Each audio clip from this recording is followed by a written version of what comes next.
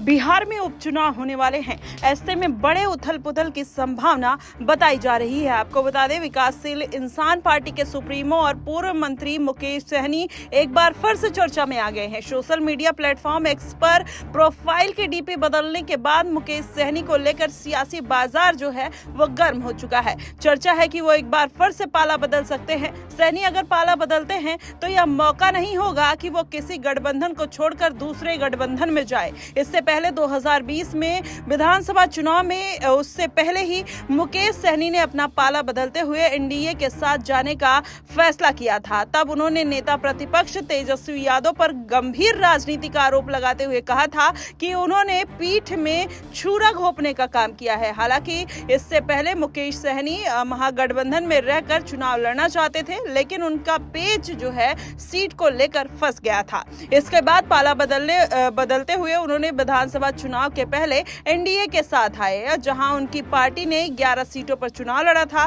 तब उन्होंने ये भी कहा था कि रास्ता भटक गया था। इसके अलावा बीआईपी में एमएलसी सीट भी मिली थी और तब मुकेश सहनी बीजेपी के शहनवाज हुसैन के साथ बिहार के विधान परिषद के पार्षद बने थे। इसके बाद बिहार सरकार में कैबिनेट मंत्री भी बने। वहीं एनडीए में रहने का मुकेश सहनी का फैसला 2 साल बाद फिर बदल गया।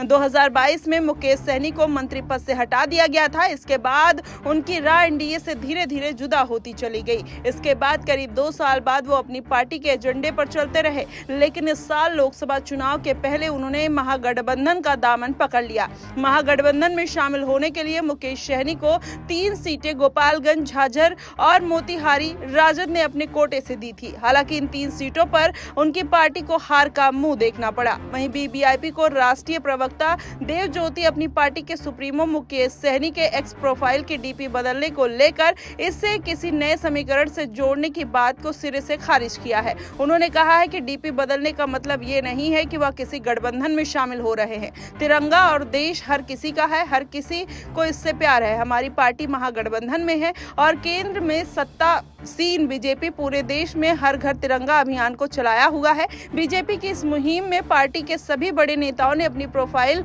में तिरंगे को लगाया है। ऐसे में मुकेश सहनी की ओर से अपनी प्रोफाइल से तस्वीर को हटाकर तिरंगे को लगाना, इस बात से चर्चा शुरू हो गई कि वह बीजेपी में इस अभियान से प्रभावित होकर अपनी प्रोफाइल को बदल लिए और हो सकता है फिर से वो बीजेपी में शामिल हो जाए। आपको बता दें, बिहार की राजनीतिक गलियारों में इस बात की भी चर्चा तेज है कि मुकेश सहनी बिहार विधान परिषद के पार्षद बन सकते हैं। चर्चा है कि मुकेश सहनी को हाल में ही राजद के एमएलसी रहे सुनील कुमार सिंह की सीट पर विधानसभा परिषद में भेजा जा सकता है। सुनील कुमार सिंह विधान परिषद की सदस्यता को इसी मानसून सत्र में मर्यादित आचरण करने के आरोप में उनकी सदस्यता को खत्म कर दिया गया था। ऐसे में माना ही जा रहा है कि अब मुकेश सहनी को वो जिम्मेदारी दी जा सकती है। अगर ऐसा हुआ तो जाहिर तौर पर कहीं ना कहीं आरजेडी के लिए बड़ा झटका माना जा सकता है।